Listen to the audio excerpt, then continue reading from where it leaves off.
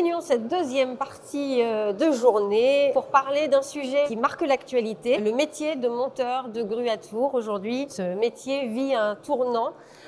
Et pour en parler, nous avons trois invités avec nous. Alex Berle, vous êtes monteur de grue à tour, bonjour. Bonjour. À vos côtés, Jean-Philippe Valente, bonjour. Bonjour. Et vous êtes coprésident de la commission professionnelle des métiers et matériels de la grue à tour. Nous avons avec nous François Bossier de la société Eiffage et vous êtes directeur matériel élevage. Bonjour. On va commencer avec vous, Alex. Vous êtes monteur de grue à tour, vous êtes salarié de l'entreprise FT Montage et vous intervenez sur la partie sud de la France, mais sur une moitié sud. Une moitié sud assez importante, oui. Voilà. De La Rochelle jusqu'à à peu près Monaco, en allant légèrement vers le nord. Donc un peu plus que le sud. Voilà, Ça un grand remonte. sud. Un grand sud. Pour commencer ces échanges, est-ce que vous pouvez nous rappeler tout d'abord les particularités de votre métier? Mon métier consiste à assembler des grues de chantier, ce qu'on appelle des GME, des grues à montage par élément. Donc je vais être assisté d'un appareil de levage qui s'appelle une grue mobile, ça peut être un derrick ou un hélicoptère.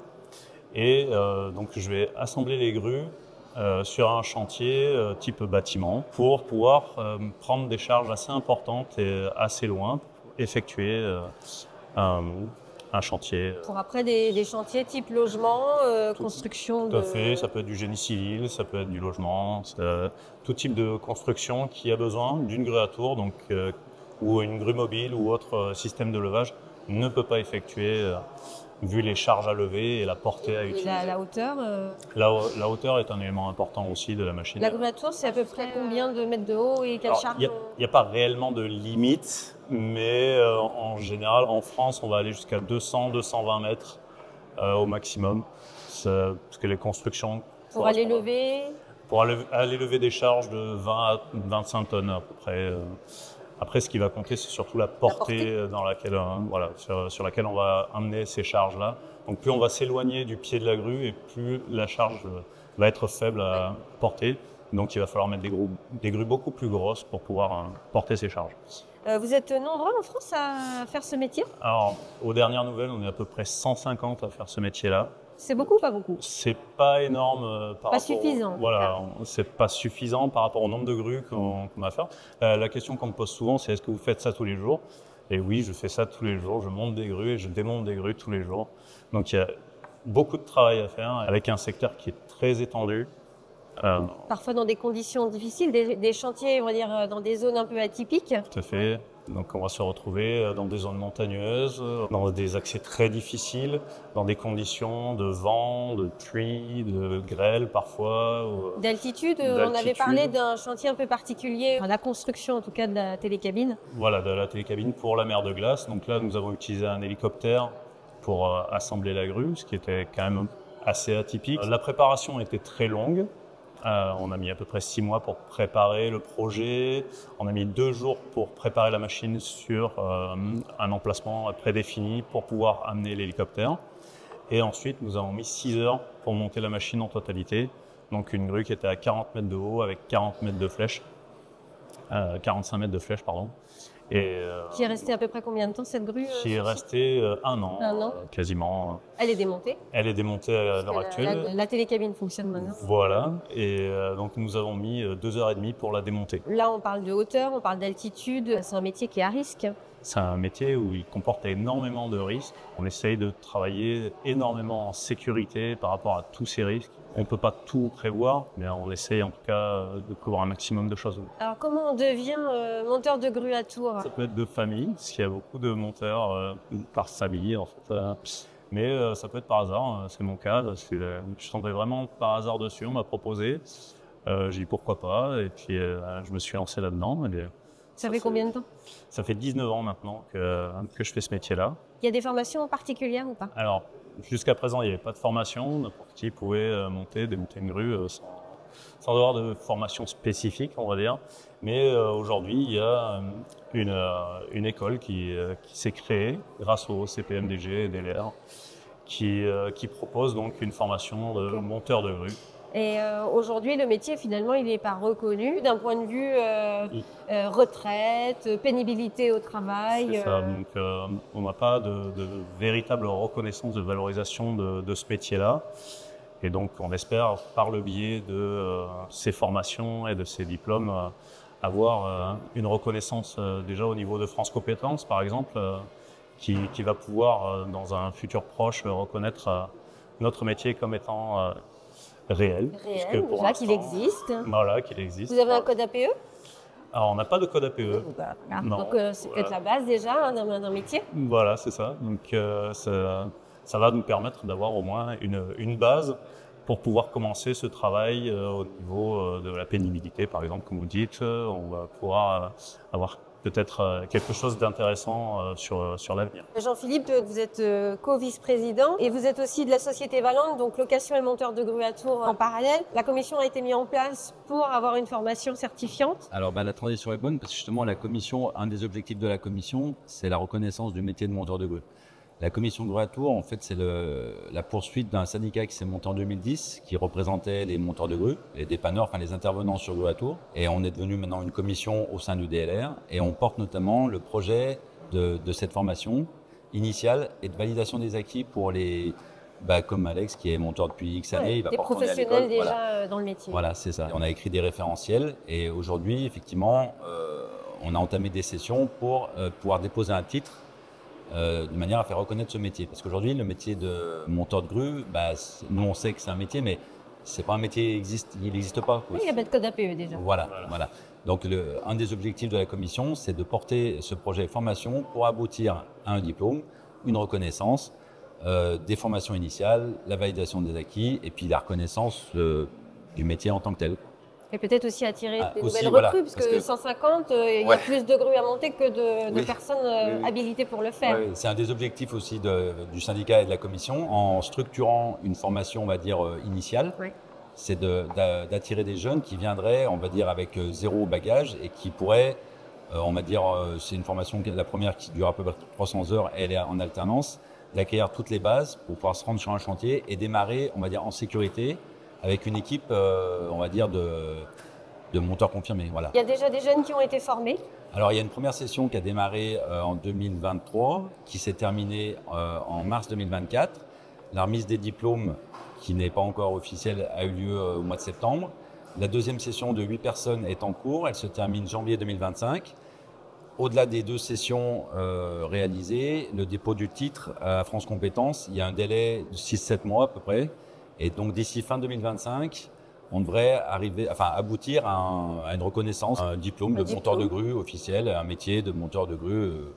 Il faut avoir ces 2 années, ces 2 promos. Voilà, en fait, c'est le lancement de la formation, elle passe par là. C'est-à-dire qu'elle passe par une formation initiale de 8 personnes minimum, c'était notre cas.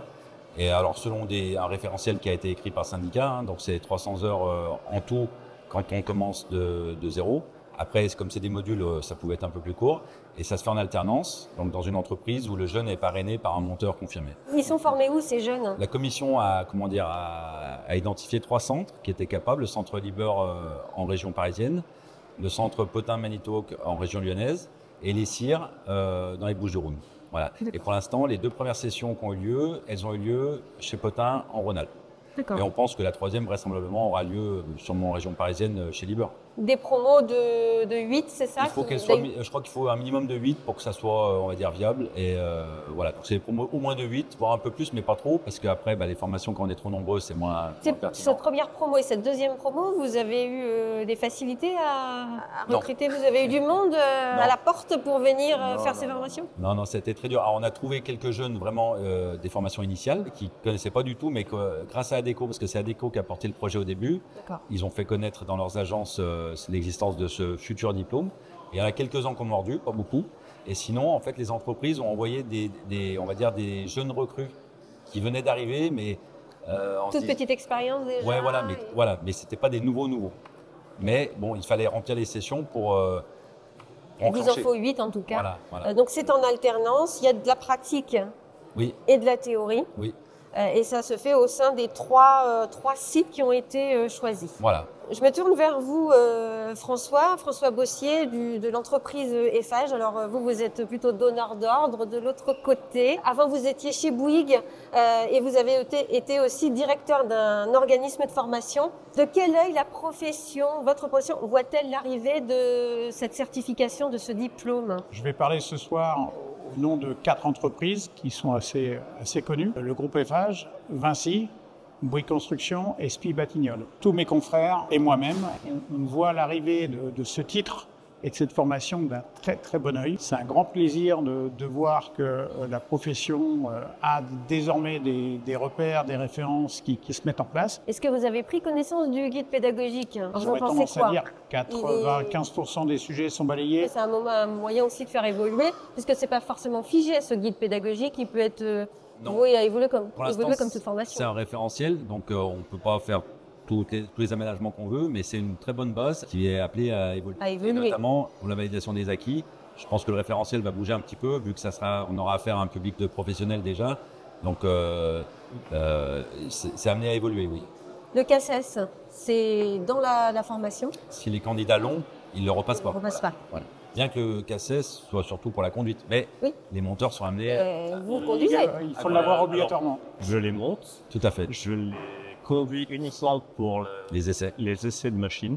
Ensuite, pour le travail, je ne les conduis pas. Oui, mais il fait quand même des essais. Je fais des essais. Donc, vous avez le CACES?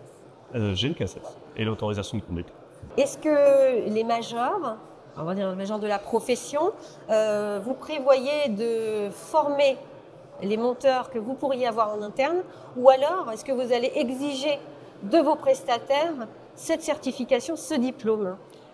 Alors, en ce qui me concerne, je ne prévois pas de formation puisque je n'ai pas d'équipe de monteurs. C'est relativement simple. Je vais travailler qu'avec des prestataires. Par contre, mes confrères, oui, mes confrères qui ont des monteurs ceux qui ont des monteurs prévoient de faire des formations. Quand ils auront des jeunes pousses via le titre pro, et pour ceux qui sont déjà en activité, ils espèrent très vite que la VAE sorte pour compléter ce qu'ils ont déjà mis en place. Donc il y a quelques attentes chez Bouygues et chez Vinci. Quand le jeune va vouloir faire cette formation, il rentre dans le métier, il veut rentrer dans le métier, il n'a pas forcément les finances pour faire cette formation. Qui va payer la formation? Comment ça se passe? C'est l'entreprise aujourd'hui. Hein. C'est l'entreprise de monteurs de grue qui forme ses monteurs et qui paye.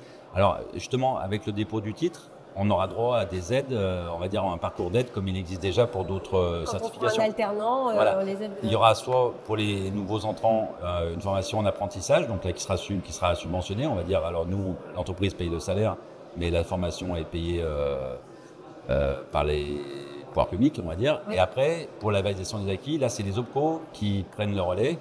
Et à ce moment-là, dans la mesure, aujourd'hui, comme c'est pas reconnu, l'OPCO participe pas. Ils participent aux formations techniques qu'on fait déjà actuellement. Pour les monteurs actuels, ils font des formations qui sont prises en charge par l'OPCO, mais pas cette validation. Et donc après, ça sera les OPCO qui vont prendre le relais. Ouais. C'est une bonne avancée en tout cas pour la profession. C'est un début. C'est un début. C'est un très bon début. Voilà, c'était nécessaire.